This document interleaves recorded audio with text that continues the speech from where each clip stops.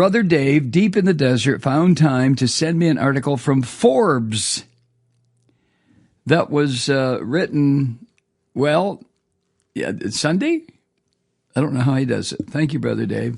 It's about Charles Kushner, the father of the fascist Jew, Jared Kushner. In 2005, Mr. Kushner, the old man, was sentenced to 2 years in prison.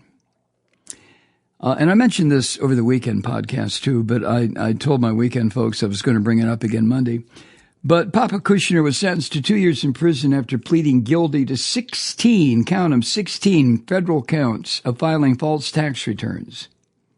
One count of retaliating against a cooperating witness, and one count of making false statements to the Federal Election Commission.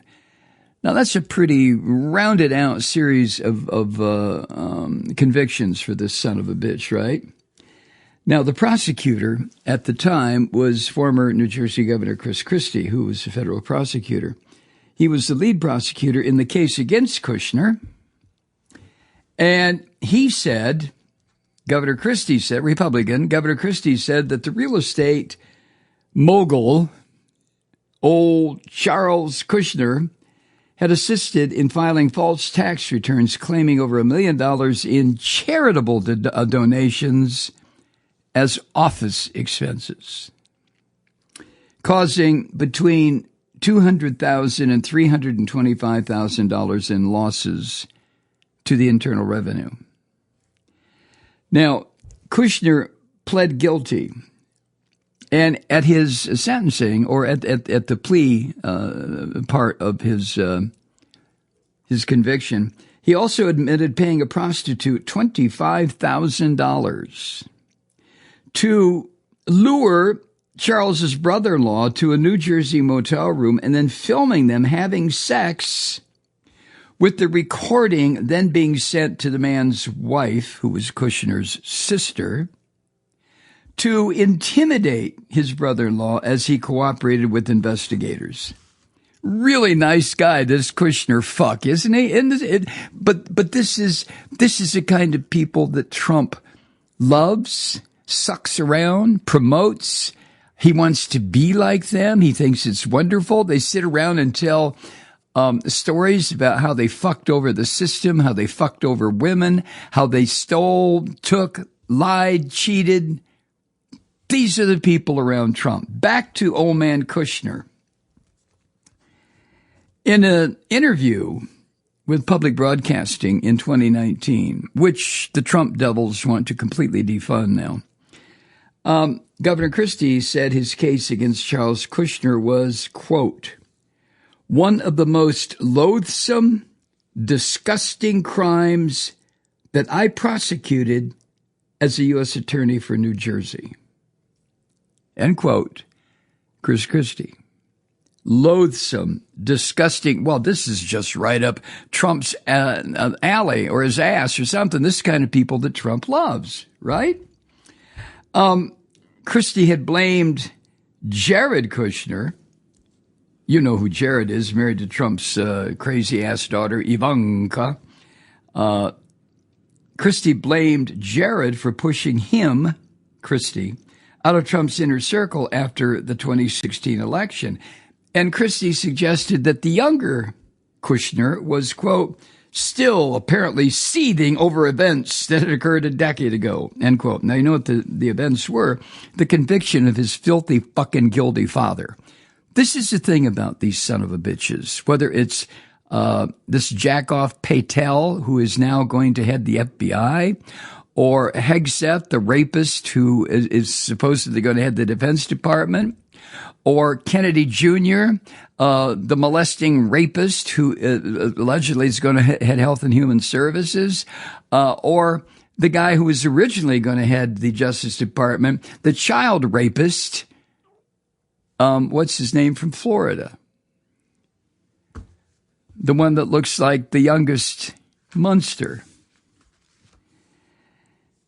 These are the people that Trump considers to be the best.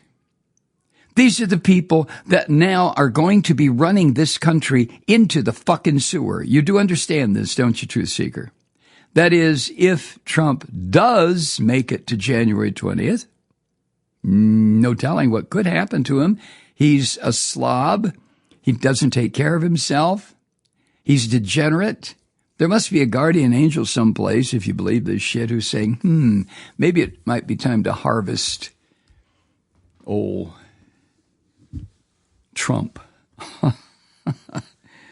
The Kushner family, by the way, has a combined fortune of over $7 billion. And that includes Kushner companies, that's the name of it, stakes in 8 personal properties, this is all according to Forbes, worth at least $100 million, and investment firms owned by Jared and another Kushner named Josh.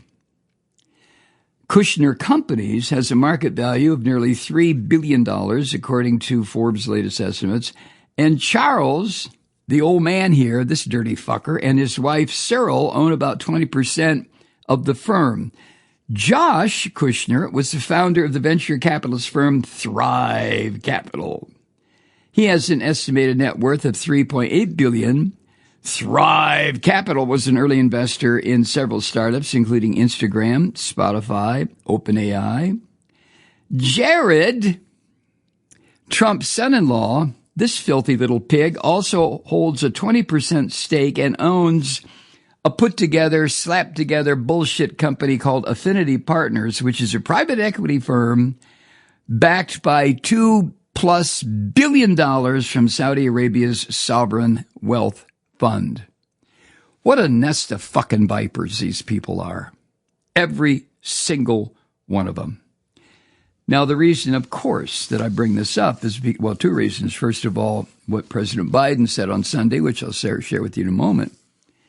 But also the fact that this old son of a bitch, Charles Kushner, was selected by Trump to be U.S. ambassador to France this past Saturday, 2 days ago.